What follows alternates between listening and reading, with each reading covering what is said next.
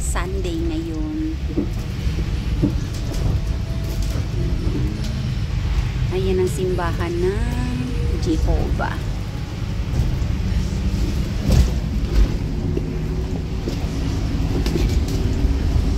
So, dito ako sa front. Ayan, kaya maganda yung aking position sa aking cellphone. Winter, daming snow. Medyo umuulan ng snow ngayon, basa yung snow. So on the way sa Selo, sa Lepabara. Yan pa lang yung views kapag ganitong winter. Pero pag summer na, ayan, maganda na dito. Marami ng mga bulaklak at mga halaman at mga punong kahoy.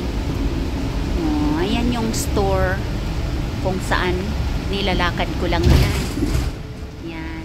Grocery store yan. Nilalakad ko lang kapag summer. Yan. Papunta ng Lepabara.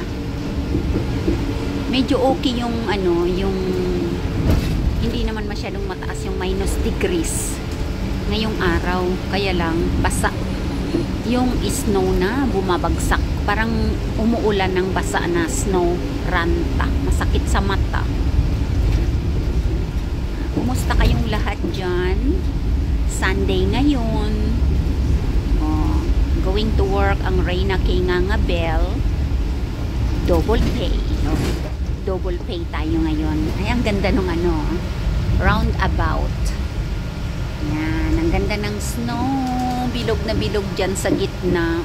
Oy, maganda doon, no? Mayroong ano, may ice doon sa bato-bato. Malapit ng spring dito. Kailan bang spring? April? 3 buwan pa halos. 3 buwan pa bago mag spring. Ano ba?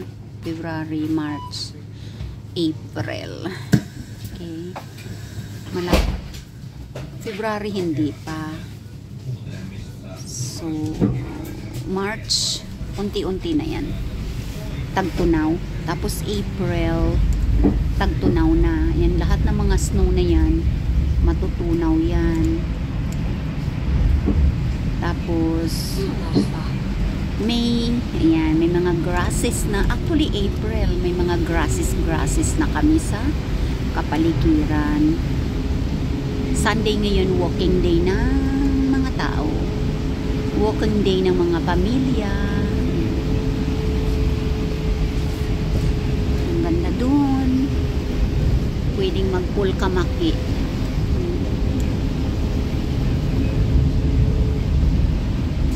Ay, kapag ganitong winter, snow lang yung makikita sa kapaligiran. Dito mga old houses sa kagubatan. Pero usable pa. May mga magagandang bahay din like that. Oh. Mga magagandang bahay. Uy, naku, mahuhulog na yung snow doon sa bubong. Delikado yan kapag bumagsak sa ulo mo. Yun o, mga bubong. Punong-puno ng snow. So kapag nabagsak ka ng ulo mo niyan, masakit sa bagol yun. Ayan. So itong bus na sinasakyan ko, diretso na ito sa Lepabara, mismo sa Selo, doon sa aking work. Ayan, isang sakay na lang ako. Ano, kagubatan. Ano, may sasakay na pasahero. Parang ano, parang spring na talaga, oh. Tutunaw-tunaw na yung mga snow, pero sandamakmak pa rin. Yan, oh, snow lahat yan. Ang daming snow talaga. So, itatanong ninyo, ayan, paano yan pag matunaw yung mga snow? Magbabaha ba dyan? Hindi nagbabaha. Iniinom lang siya ng ground, ng lupa. Lahat yan natutunaw, tapos iniinom siya ng lupa. Kaya walang baha. Hindi bumabaha dito. Kahit ganyan, gabundok-bundok yung mga snow. Pero hindi bumabaha. Ayan, maganda yung mga halaman na yan pag may dahon na later on sa summer. Ayan. Bako-bako. Ganito pag winter. Bako-bako yung daanan. Kasi nga, may snow. Ganda ng bahay, oh. O, antique, oh. Diba? Ganda, no? Yung mga antique ang mga bahay dito, banda pala. Saka malalaki. Mga mga old houses. Yung iba, anong area na ba ito? May mga area kasi dito na mga old houses. Pero magaganda ang mga bahay. Katulad niyan, no? Ay, store pala yun. Maganda magkapi-kapi dun. Ayan, no? Ang ganda. Kaunyainin pala. Kaunyainin area na ito. Ayan, ang alam ko, park. Yan dyan, no? Park. Sa summer maganda yung park na yan. Bakit may flags? May Finland flags. Ay, uubutuhan pala ngayon ng presidente dito ngayong araw. Sino kaya ang mananalong presidente? Ayan, yan ang kaunyainin. Yan. May maliit din silang mall. Dito maganda ang park na yan. Diyan, maganda yan dyan. Sa summer, bababa ako dito, tapos magbibideo ako dyan. Etong kaunyainin kasi, ito, hiwalay. Hiwalay na, kung tawagin ito, may sarili silang kunta. Sarili nila. Yung sariling syudad nila. Tapos yung mga nakatira dito, mga mayayaman, mga tao. Tapos malaki ang, sabi nila malaki ang pension mo kapag nakatira ka dito sa Kaunyainin. Lipat pala ako dito sa Kaunyainin balang araw, lipat dito para kasi parang may sarili silang patakaran ng kanilang community. Parang malaki yung taxes na binabayaran nila. Tapos pag pensioner ka na, malaki rin yung matatanggap mong pension. Lalaking ganda ng bahay doon. Ito tulay. Dito sa Kaunyainin ito, ha. Kaunyainin area na. May simbahan yan dyan. Simbahan yun doon. Ay ngayon araw, kaya medyo maliwaliwanag. Ayun, doon. Doon banda yung tren. Yan, yung release ng tren doon. Yan. Pwede rin akong sumakay ng tren papunta ng Lipabara. Kaya lang magdadalawang sakay ako. Bus. Tapos bababa ko sa Espontore. From Espontore, sasakay ako ng tren. Ito, isang bus na lang kapag sa kabilang side ako mag-abang ng bus dito sa aming lugar. Ang gaganda ng mga bahay doon. Parang may may castle. Ganda ng mga bahay dito sa Kaunyainin. Tulay. Daming snow talaga. Yung bako-bako, yan yung snow sa karsada. Na hindi pa na bubulldozer ng or nakakaskas ng mga nagtatrabaho sa snow. Marami kasing ginagawa. Ayan, yung hagdan pababa, kailangan mag-iingat sa paglalakad sa snow. Ayan, shout out at maraming salamat sa inyong lahat dyan sa panonood ng views ng winter namin dito sa Finland. Dark. Paggabi kasi mga ilaw lang sa sa karsada at sa mga places yung lumiliwanag sa sa kapaligiran. Mabuti ngayon na taon na daytime. Kaya ayan, may video tayo ng daytime ng winter dito sa Finland. Ayan. Walang traffic, konti lang, ilang mga sasakyan lang yung makikita sa karsada. Kumusta ang inyong Sunday dyan? Ayun, doon ang gaganda ng mga bahay doon, lalaki. Oh, lalaki ang mga bahay. Kailan siyempre ang mga bahay dito hindi pwedeng maggarbo-garbo kasi parang may patas. Yan o,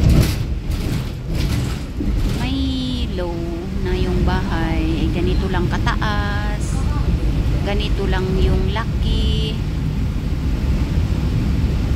Ayan, para dahil na may winter, siyempre pag gumawa ka ng malaking bahay, ang ganda ng bahay oh, yun, malaking bahay mo, depende kung mayaman ka, bilyonaryo ka, o di gagawa ka ng bahay mo, malaki rin ang babayaran mo, taxes sa gobyerno. Yun o, may malaking bahay rin dun. Pero mostly mabababa talaga ang mga bungalow house.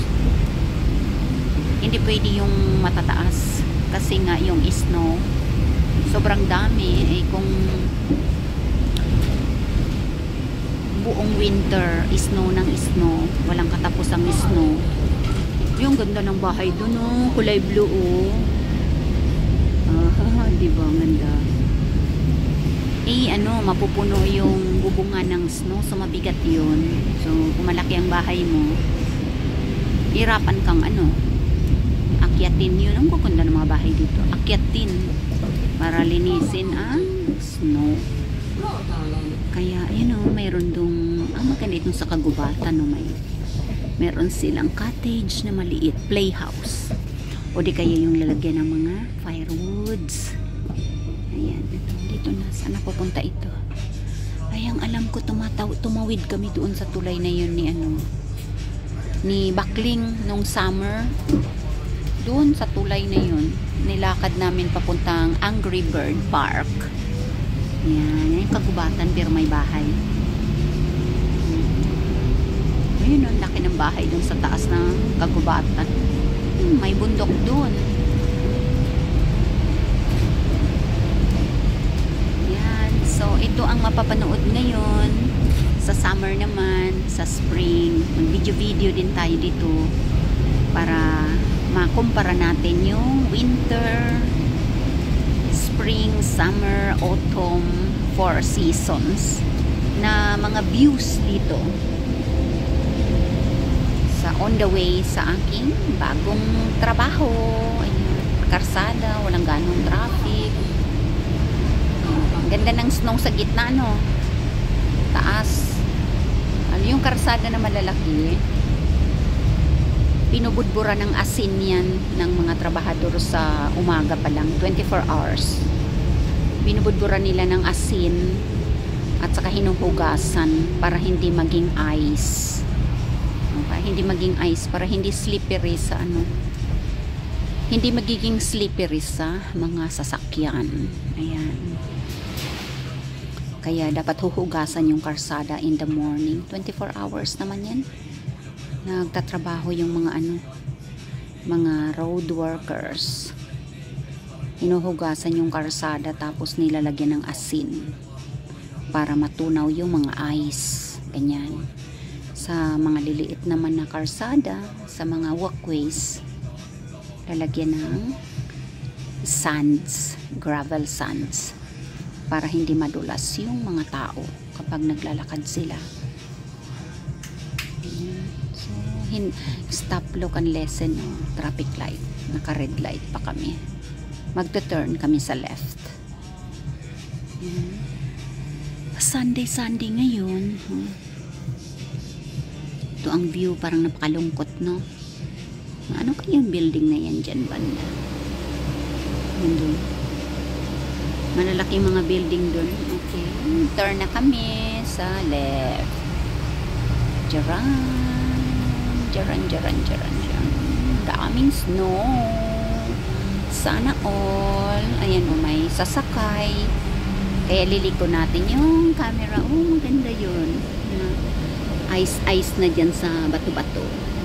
Ganda yan mag model yan sa mga bato-bato na yan. Ayan. May ice.